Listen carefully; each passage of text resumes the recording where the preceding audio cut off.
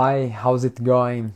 I'm Luciano Ruas from the Brazilian Accent Improvisation, and today I want to make a question. And do I have to do to maintain my Brazilian accent? What do I have to avoid? And why I'm doing this video? I'm doing it because I see in many videos in YouTube of people um, from another countries trying to play Brazilian music and sounding like another things, but far from Brazilian music. And here, if you don't didn't have if you didn't have heard this live before, I also say that there are a lot of Brazilian musicians without the Brazilian accent. And why this happens?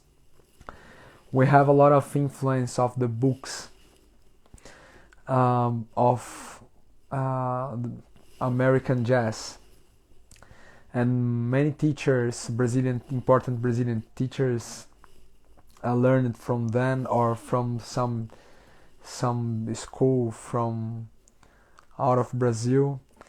Then not all Brazilian musicians have this accent.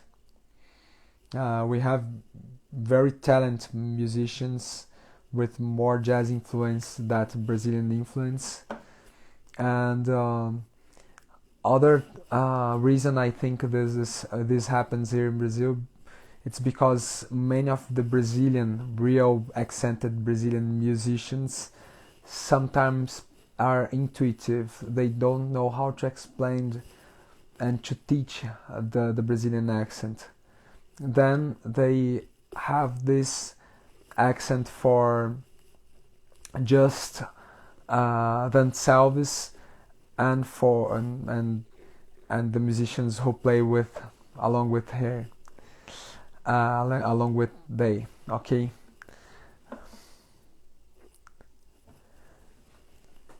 And today I'm gonna show some things I have seen some people doing in the internet, but I'm gonna show some things I did before when I wasn't aware about the details of the Brazilian accent. Then I want to start showing you some rhythmic division I've seen at the internet that sounds without accent in samba or bossa nova. For example, I'm gonna improvise in this division of 80 notes.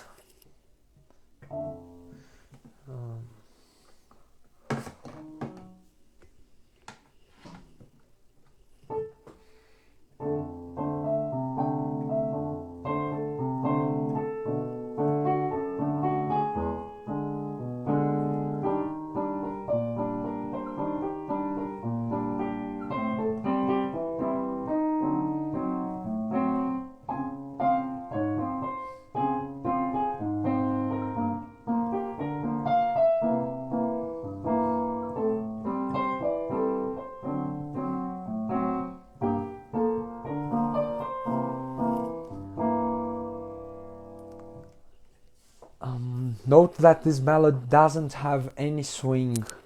It's hard. It's a hard melody. And why do some people do this kind of melodies? Because they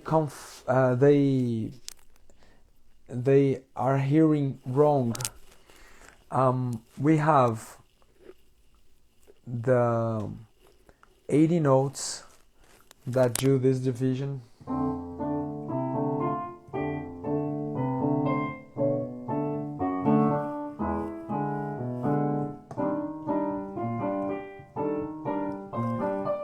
But it's not the same thing if we do the syncopations. We have the first note, the first 16 note that pushes the other notes. Then they sound they are out of the strong beat or the upbeat also. Note the difference.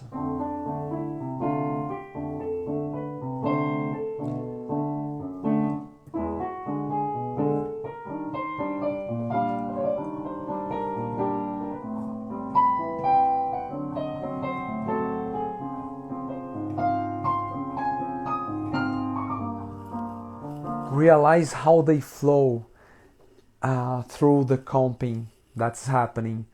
The melody is flowing. We don't have the sensation of the floor. We have the sensation of flowing. Let me show you again the difference between them.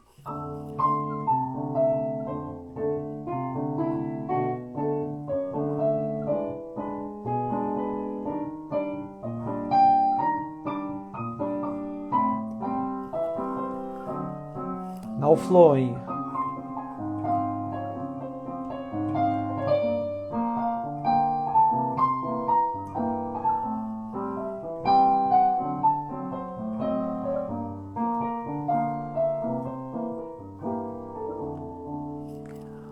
This is common also when I hear people from other countries playing the samba also. They commonly use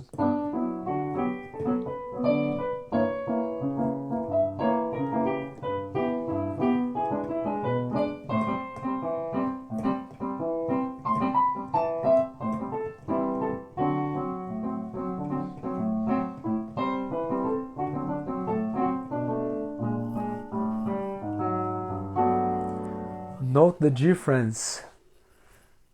Thanks for watching. Note the difference when I make my melody flow.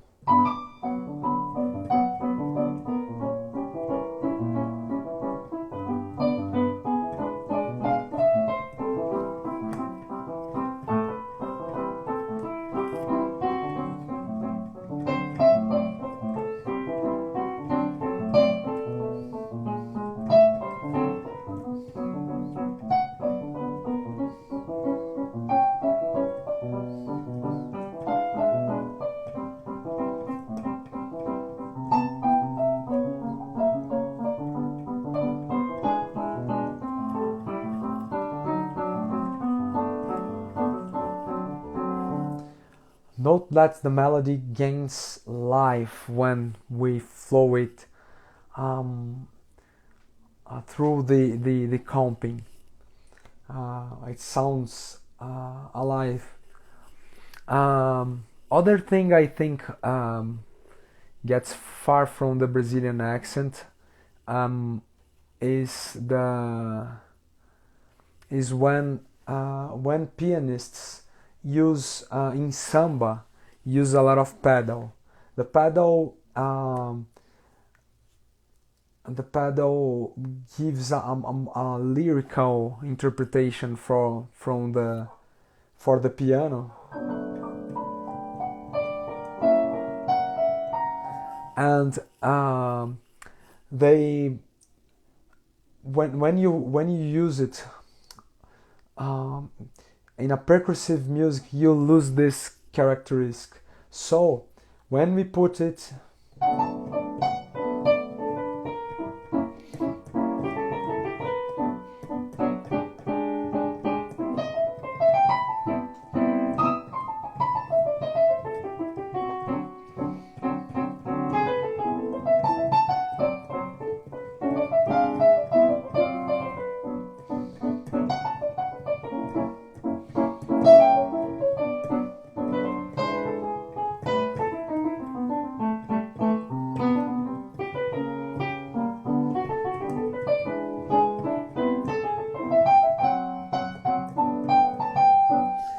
very different.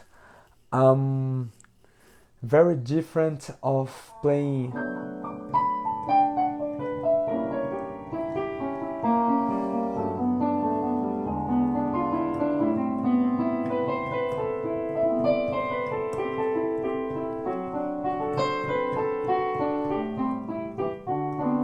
This creates a not clear sound and we lose the swing.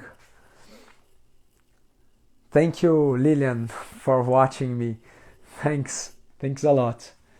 Note that in Samba, we gain swing.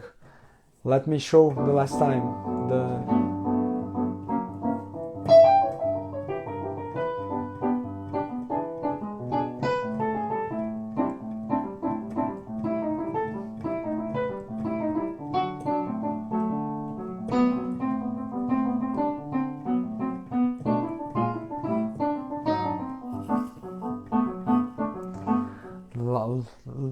Here that the sound is dry, it's short, but we gain this percussive feeling. All right. Let me show one that I've seen some people from out of Brazil and students of mine that were having this difficulty. There is some difference between the our main rhythmic cell, that is the syncopation,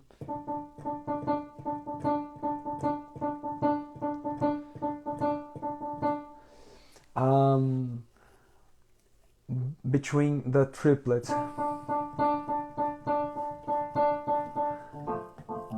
I was showing an example from a student of mine, and he was playing this.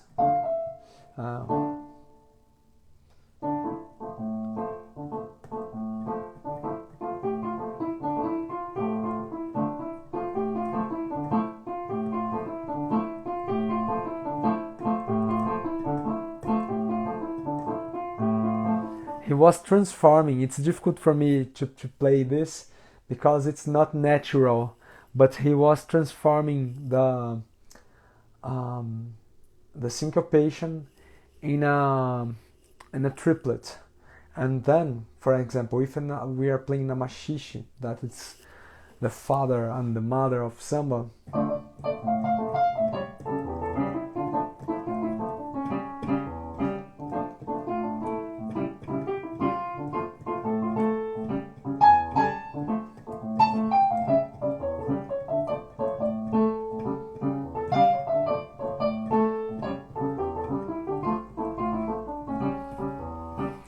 so it's important, if you are studying Brazilian music, to differentiate this, okay, the syncopations of this, the triplets. It's so different than note 1, 2, 1, 2, 3.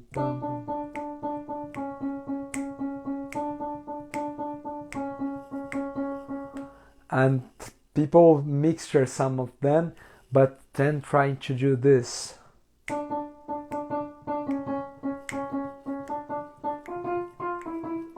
And one secret I think it's important to achieve this sound is the use of the dot, the staccato. The staccato will give you in the middle note will give this Brazilian percussive sensation. Let's hear.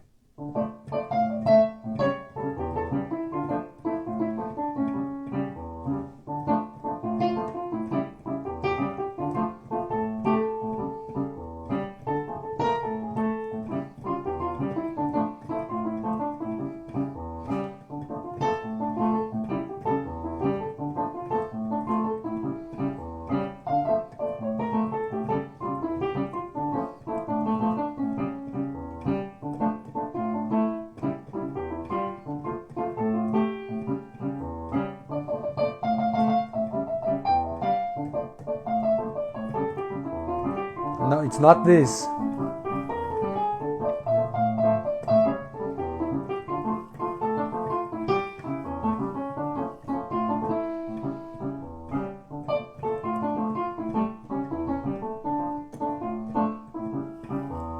Okay, this has your sound is gonna gain a lot of swing if you play study this syncopations. Okay.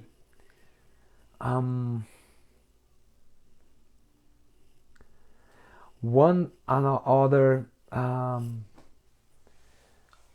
one other kind of mistake I committed a lot. It's to use some blue notes in my language.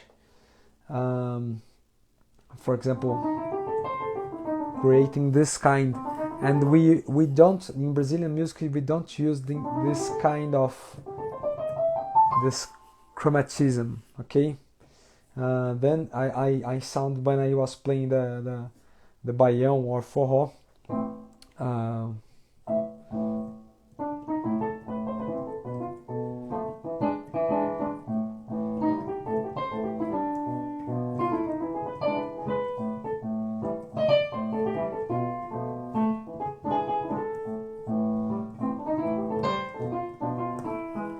It's not common to use this kind of sounding.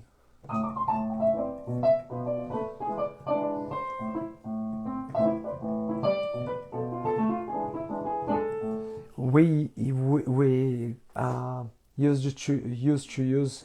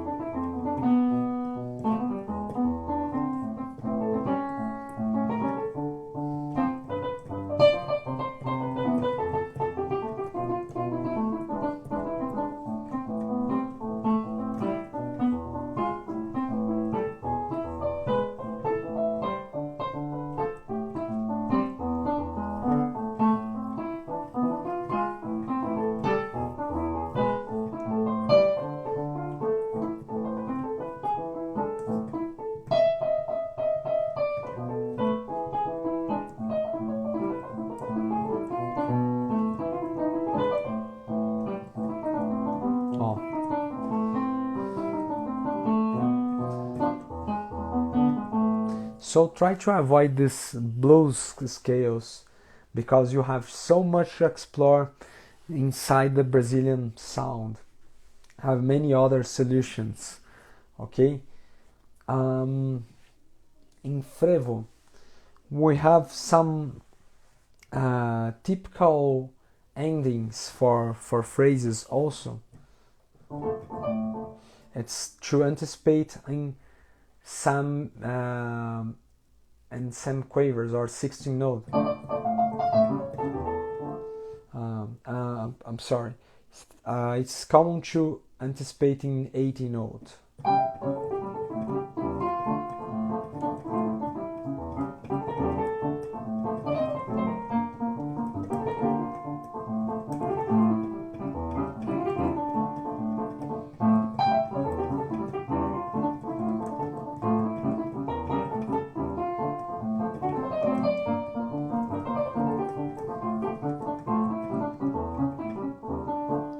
It's not common to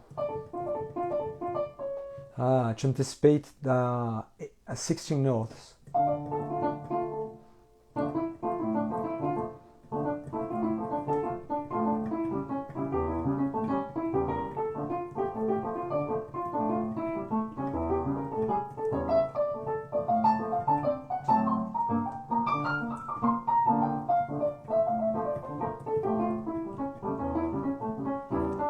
In frevo you're gonna won't sound good. Okay, frevo.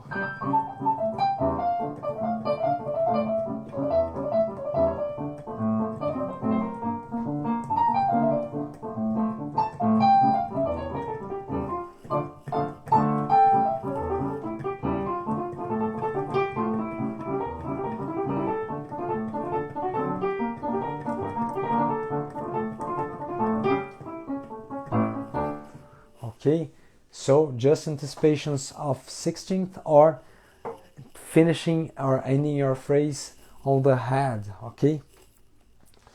And there was one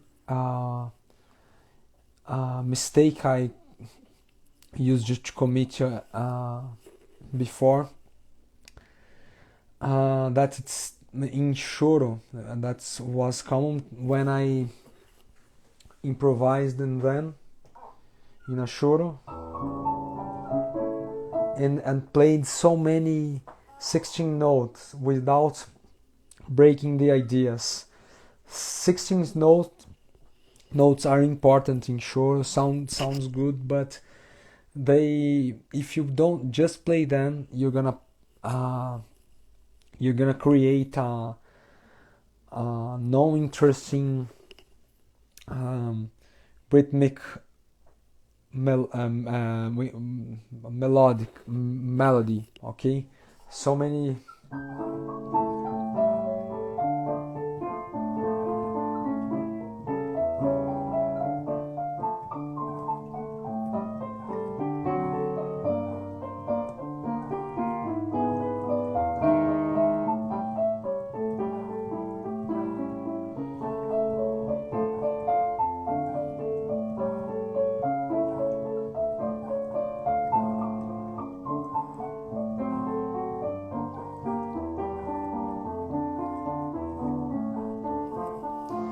note that I did interesting melodic interesting things, but rhythmically it was very poor.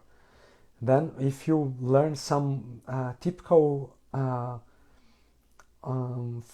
rhythms in choro, some start or phrase,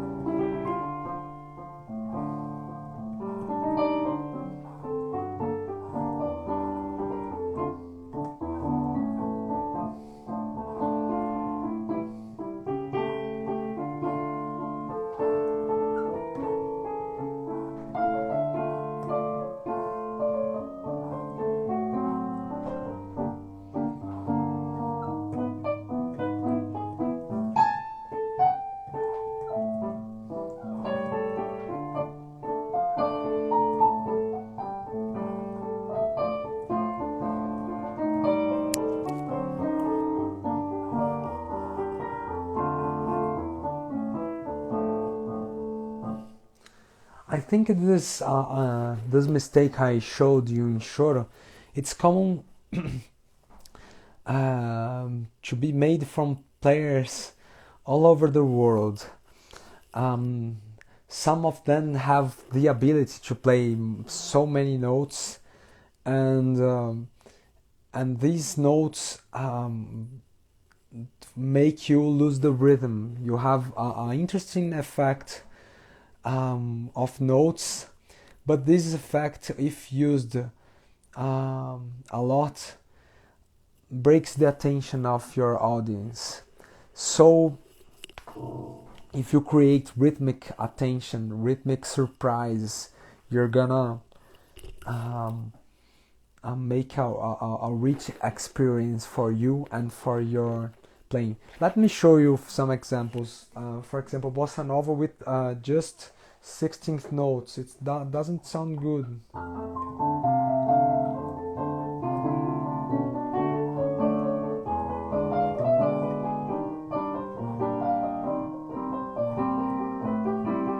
Without swing, any swing.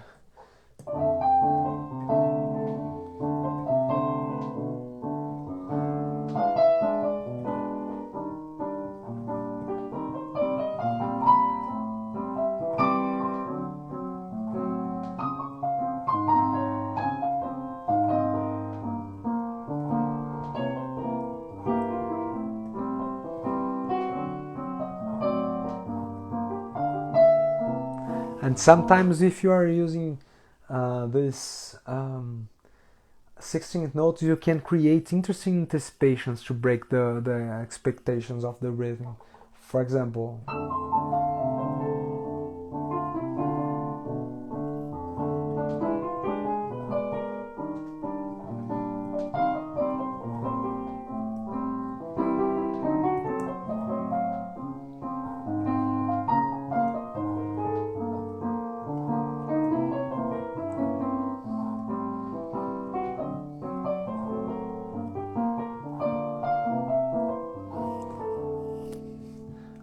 if you're playing a samba also, for example,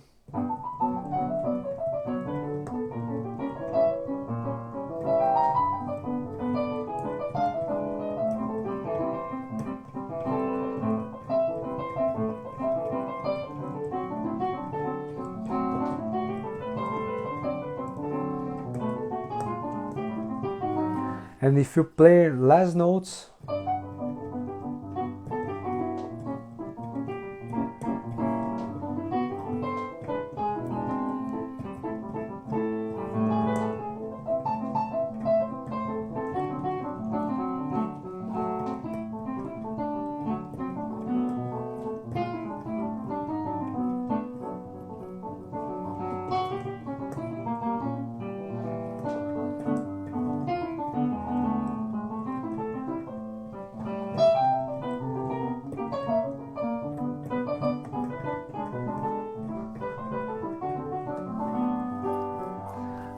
in some styles, a lot of Brazilian styles like samba, chorinho, you're gonna sound redundant with if you play just the 16th notes, because they are going to make the same function as the subdivision instruments. That sometimes is the pandeiro, or sometimes is the hi-hat on the drums. Okay, and rhythm is very important to create the color of the Brazilian phrase. All right. So it's that. Okay, I showed some of the examples. This last of the 16th notes. I showed you in bossa nova using 80 notes that they won't gonna sound good. Samba also, the use of a lot of, if you're a pianist playing with pedal or another instrument that can you can create some, for example, if you're playing the flute, the saxophone, you can think also in percussive styles, not to think just in legato.